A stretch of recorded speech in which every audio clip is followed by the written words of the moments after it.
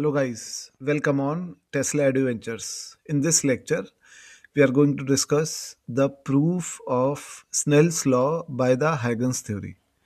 So this is an interface which separates the two mediums. This is medium 1 and this is medium 2.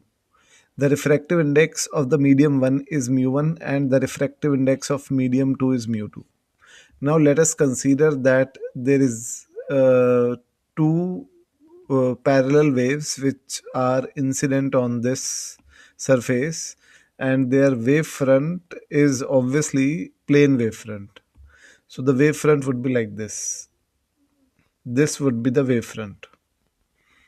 Okay, and let us name it as AB. This is 90, this is 90. If we draw the normals, so I'll draw the normal. These are the normals, and this will be the angle of incidence. Okay, and I'll draw this normal again. This will be the angle of incidence, I.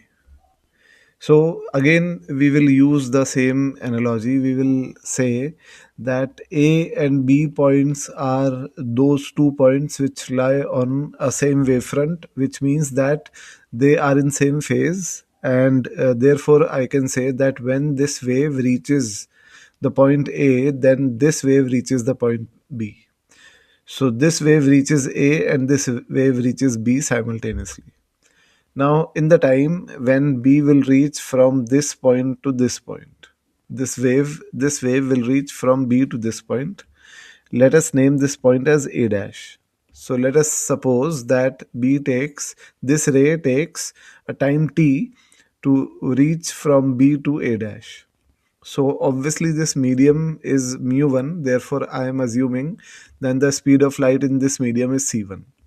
So I can say that in time t, the ray will travel a distance of c1t. So the distance BA dash would be c1t. Okay. And in that t time, this ray will go inside this medium after refracting. So I'll draw that again. This ray will go like this. This ray will go like this. Okay, and this will be the angle of refraction, R. And the wavefront, refracted wavefront would be this. This would be the refracted wavefront. This angle is 90. This angle is 90 minus R. This angle is R. This angle is 90. This angle is 90 minus R. This angle is I. This is 90 minus I. This is I. Okay, so if this wave reaches from B to A dash in time t, then in same time this ray will reach from A to this point. This point is B dash. So the points which occur after the same time will be A dash and B dash. Therefore, A dash B dash would be the refracted wavefront. AB will be incident wavefront,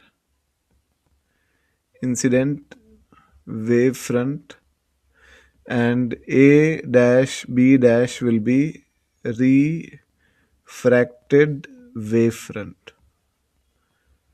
Okay, and I can also say that distance BA dash or AB dash, this distance, is traveled in same time t, and therefore the distance will be equal to C2t. Here we will use C2 due to the fact that this medium has a different speed of light in it. Now if we write down the value of sine I, then you can see that sine I will be equal to perpendicular upon hypotenuse. Perpendicular is BA dash and hypotenuse is AA dash.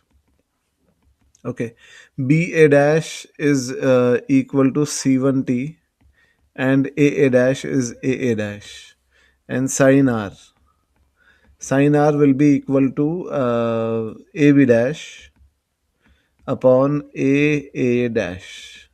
Now AB dash is C2T upon A dash. Okay, now if you will divide these two, then you can see that sin I upon sin R will be equal to C1 upon C2. And multiplying both the sides with C, this C upon C2 is mu2 and C upon C1 is mu1. So sin I upon sin R will be equal to mu2 by mu1. And finally, we can say that mu1 sin I will be equal to mu2 sin R. And it means that mu into sin theta will be constant. And this is the Snell's law. Okay, so this was the proof of Snell's law on the basis of Huygens theory.